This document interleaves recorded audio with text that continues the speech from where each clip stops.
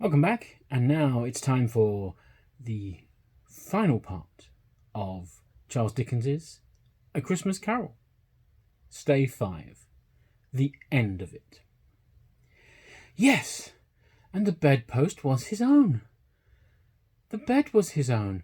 The room was his own. Best and happiest of all, the time before him was his own, to make amends in. I will live in the past, the present, and the future, Scrooge repeated as he scrambled out of bed. The spirits of all three shall strive within me. Oh, Jacob Marley, heaven and the Christmas time be praised for this. I say it on my knees. Oh, Jacob, on my knees. He was so fluttered and so glowing with his good intentions that his broken voice could scarcely answer to his call. He had been sobbing violently in his conflict with the spirit, and his face was wet with tears. They are not torn down, cried Scrooge, folding one of his bed curtains in his arms. They are not torn down, rings and all. They are here. I am here. The shadows of the things that would have been may be dispelled. They will be. I know they will. His hands were busy with his garments all this time, turning them inside and out, putting them on upside down, tearing them, mislaying them, making them parties to every kind of extravagance. I don't know what to do, cried Scrooge, laughing and crying in the same breath, and making a perfect raccoon of himself with his stockings. I am light as a feather. I am happy as an angel. I'm as merry as a schoolboy. I'm as giddy as a drunken man. A Merry Christmas to everybody. A Happy New Year to all the world. Hello here. Whoop. Hello. He had frisked into the sitting room and was now standing there, perfectly winded. There's the saucepan that the gruel was in, cried Scrooge, starting off again and going round the fireplace. There's the door by which the ghost of Jacob Marley entered. There's the corner where the ghost of Christmas present sat. There's the window where I saw the wandering spirits. It's all right. It's all true. It all happened. Ha, ha, ha. Really, for a man who had been out of practice for so many years, it was a splendid laugh, a most illustrious laugh, the father of a long, long line of brilliant laughs. I don't know what day of the month it is, said Scrooge. I don't know how long I've been among the spirits. I don't know anything. I'm quite a baby. Never mind, I don't care. I'd rather be a baby. Hello, whoop, hello here. He was checked in his transports by the churches ringing out the lustiest peals he had ever heard. Crash, clang, hammer, ding, dong, bell. Bell, dong, ding, hammer, clang, crash. Oh, glorious, glorious. Running to the window, he opened it and put out his head. No fog, no mist, clear, bright, jovial, stirring, cold, piping for the blood to dance to, golden sunlight, heavenly sky, sweet fresh air, merry bells. Oh, glorious, glorious! What's today? Cried Scrooge, calling downward to a boy in Sunday clothes, who perhaps had loitered in to look about him. Ah? Returned the boy, with all his might of wonder. What's today, my fine fellow? Said Scrooge. Today? Replied the boy. Why, Christmas Day. It's Christmas Day, said Scrooge to himself. I haven't missed it. The spirits have done it all in one night. They can do anything they like. Of course they can. Of course they can. Hello, my fine fellow. Hello, returned the boy. Do you know the Porters in the street but one, at the corner? Scrooge inquired. I should hope I did, replied the lad. An intelligent boy, said Scrooge. A remarkable boy. Do you know whether they've sold the prize turkey that was hanging up there? Not the little prize turkey, the big one. What, the one as big as me? Returned the boy.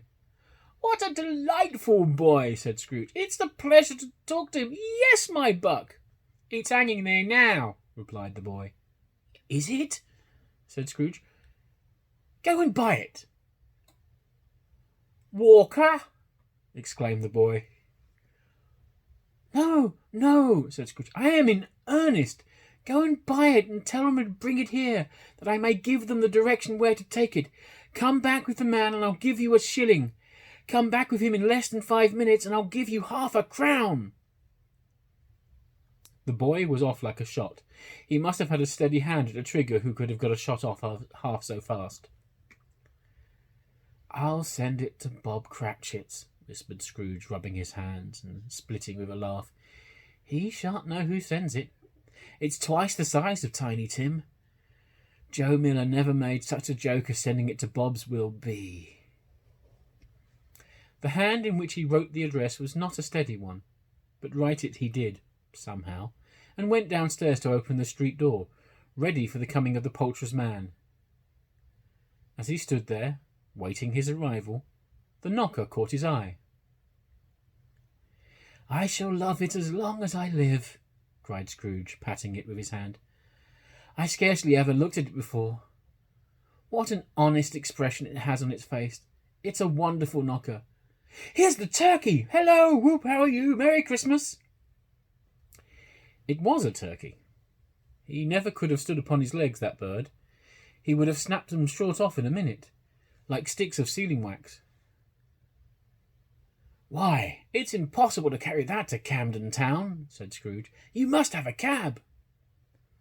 The chuckle with which he said this, and the chuckle with which he paid for the turkey, and the chuckle with which he paid for the cab, and the chuckle for which he recompensed the boy, were only to be exceeded by the chuckle with which he sat down breathless in his chair again, and chuckled till he cried. Shaving was not an easy task, for his hand continued to shake very much, and shaving requires attention, even when you don't dance while you're at it. But if he had cut the end of his nose off, he would have put a piece of sticking plaster over it and been quite satisfied. He dressed himself all in his best, and at last got out into the streets. The people were by this time pouring forth, as he had seen them with the ghost of Christmas present, and walking with his hands behind him, Scrooge regarded every one with a delightful smile. He looked so irresistibly pleasant, in a word, that 3 or 4 good-humoured fellows said, Good morning, sir, and Merry Christmas to you. And Scrooge said often afterwards that of all the blithe sounds he had ever heard, those were the blithest in his ears. He had not gone far, when coming on towards him he held the portly gentleman who had walked into his counting-house the day before, and said, Scrooge and Marley's, I believe. It sent a pang across his heart to think how this old gentleman would look upon him when they met, but he knew what path lay straight before him, and he took it. My dear sir, said Scrooge, quickening his pace and taking the old gentleman by both his hands, how do you do? I hope you succeeded yesterday. It was very kind of you. A Merry Christmas to you, sir. Mr. Scrooge? Yes, said Scrooge. That is my name, and I fear it may not be pleasant to you. Allow me to ask your pardon, and will you have the goodness... Here Scrooge whispered in his ear. Lord bless me, cried the gentleman, as if his breath was taken away. My dear Scrooge, are you serious? If you please, said Scrooge, not a farthing less. A great many back payments are included in it, I assure you. Will you do me that favour? My dear sir, said the other, shaking hands with him, I don't know what to say to such magnificent... Don't say anything, please, retorted Scrooge. Come and see me. Will you come and see me?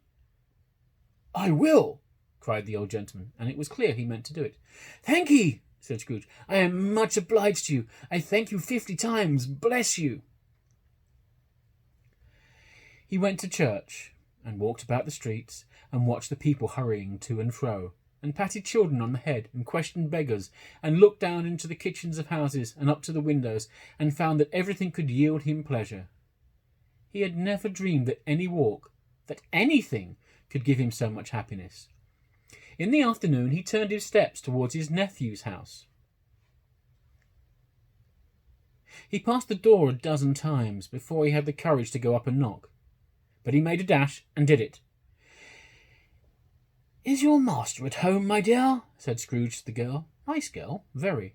Yes, sir. Where is he, my love? Said Scrooge. He's in the dining room, sir, along with mistress. I'll show you upstairs, if you please. Thank ye. He knows me, said Scrooge, with his hand already on the dining room lock. I'll go in here, my dear. He turned it gently and sidled his face in around the door. They were looking at the table, which was spread out in great array, for these young housekeepers are always nervous on such points, and like to see that everything is right. Fred, said Scrooge. Dear heart alive, how his niece by marriage started. Scrooge had forgotten, for the moment, about her sitting in the corner with the footstool, or he wouldn't have done it on any account.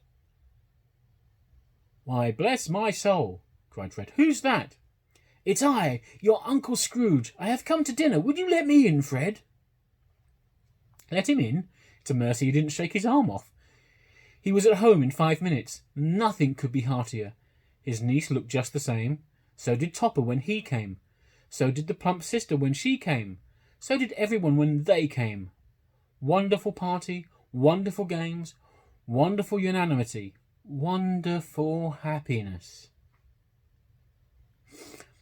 But he was early at the office next morning. Oh, he was early there. If he could only be there first and catch Bob Cratchit coming late. That was the thing he had set his heart upon. And he did it. Yes, he did. The clock struck 9. No Bob. 1:15. No Bob. He was a full 18 minutes and a half behind his time. Scrooge sat with his door wide open that he might see him come into the tank. His hat was off before he opened the door, his comforter too.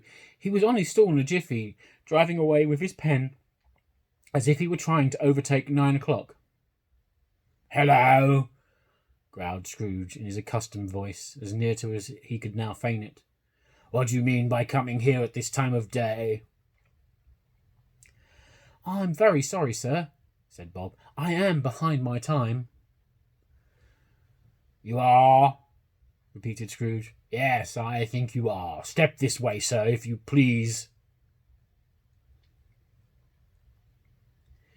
It's only once a year, sir, pleaded Bob, appearing from the tank. It shall not be repeated. I was making rather merry yesterday, sir.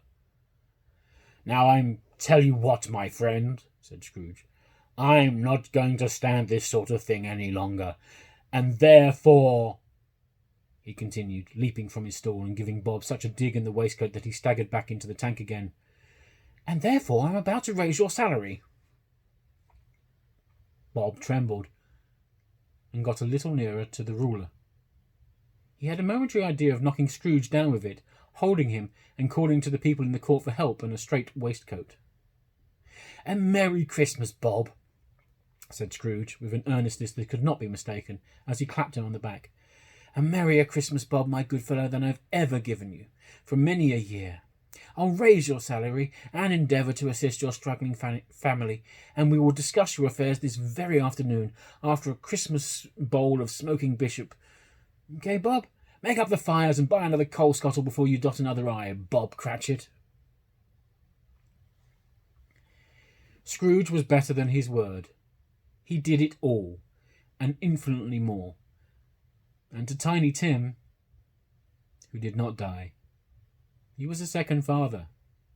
He became as good a friend, as good a master, and as good a man as the old, good city knew, or any other good old city, town, or borough in the good old world.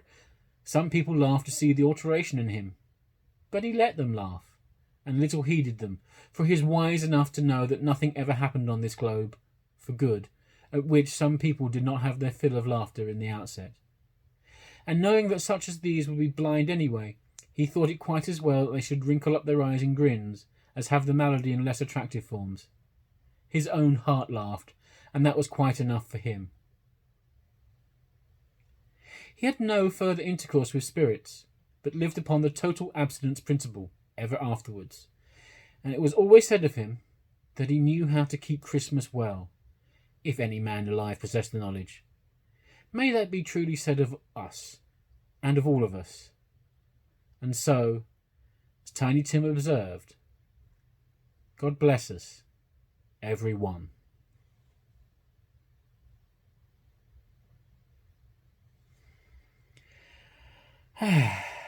That was A Christmas Carol by Charles Dickens. A story in 5 parts. This one quite short. I hope you've enjoyed what I've done. I'm probably going to read some other stories. I have no idea what at the moment. Let's just wait and see what happens. Don't forget, stay home, stay safe. And one day, those words will be, go out, stay safe, have fun. Take care now.